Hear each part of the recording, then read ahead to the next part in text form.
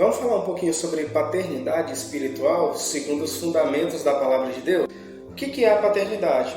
Paternidade é um tipo de relacionamento baseado em alguém que ensina, que instrui, e outra pessoa que recebe, e que a partir do que recebe desenvolve o seu chamado, o seu ministério. Aí temos a figura do pai espiritual e do filho.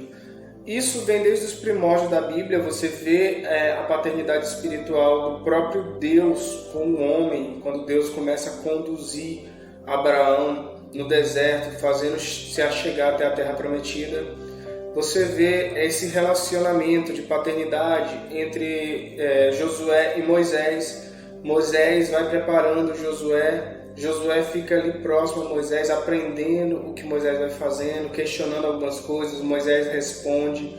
O próprio Moisés responde à paternidade de seu sogro Jetro, né? Quando ele está ali ouvindo Israel, julgando Israel, Jetro fala: Moisés, você está se sobrecarregando.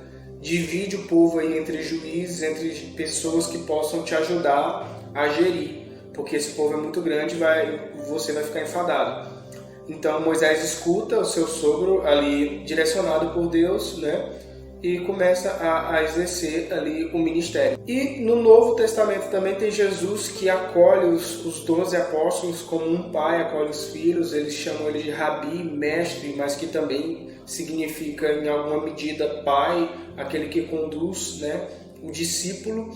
E Paulo, eu acho que é o exemplo ali mais recente que a gente tem com Timóteo, discípulo dele. Então você vai ver nas cartas que Paulo escreve a Timóteo, ele ensinando Timóteo alguns princípios como um pai ensina para o filho, né? Então em 1 Timóteo 4,15 diz: medita nessas coisas, o que? Na palavra, naquilo que Paulo está escrevendo. Ocupa-te nelas para que o teu aproveitamento seja manifesto a todos. Não despreze o dom que há em ti, o qual te foi dado por profecia, com a imposição da mão do presbitério. Tem cuidado de ti, da doutrina, persevera nela, porque fazendo isso salvarás a ti e aos que te ouvem. Então Paulo está ali o tempo todo acompanhando Timóteo no seu amadurecimento enquanto bispo de Éfeso. Bem no início, quando Paulo conheceu Timóteo e começou a discipulá-lo, em um certo momento Paulo precisou retornar a Jerusalém e ele teve que circuncidar Timóteo. E Timóteo já era um cara ali de certa idade, ele devia ter ali por volta de 16 para 17 anos, não tinha mais do que 20 anos, e passou por uma circuncisão feita por Paulo. Então você vê ali uma relação de confiança, um filho que realmente quer seguir os passos do pai espiritual. Então a paternidade bíblica é algo que está fundamentado na palavra de Deus e vale a pena estudar mais a respeito disso.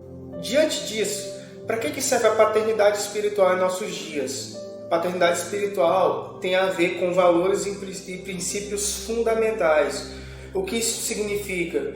Que se nós formos formados somente pela nossa capacidade, por aquilo que nós fazemos, ou o nosso dom espiritual, e não tivermos alguém para nos conduzir, para nos guiar, para falar a respeito daquilo que já foi estabelecido antes, nós podemos cair na presunção de achar que tudo começou a partir de nós, que a igreja de Jesus se resume a mim, em meus dias, que não existem outras gerações que já passaram por diversos processos, e eu não vou amadurecer, eu não vou saber reconhecer os fundamentos, eu não vou saber honrar. Eu acho que a paternidade espiritual ela tem a ver principalmente com o princípio da honra, com o princípio de você devolver aquilo que lhe foi entregue, porque de graça nós recebemos o dom de Deus e de graça nós temos que transferir às outras pessoas.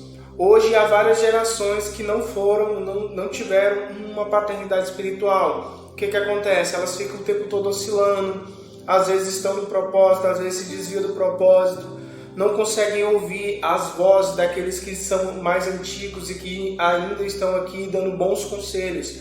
Então a paternidade espiritual para os nossos dias é muito importante, para que nós consigamos seguir no destino, nosso alvo que é Cristo. O Pai dá destino. Então nós precisamos da paternidade espiritual. E tem mais, aquele que não tem um pai espiritual não pode exercer paternidade, porque ele não entende esse princípio. Ele parte simplesmente do pressuposto que ele já sabe tudo. E a verdade é que nós não sabemos nada ainda. Amém?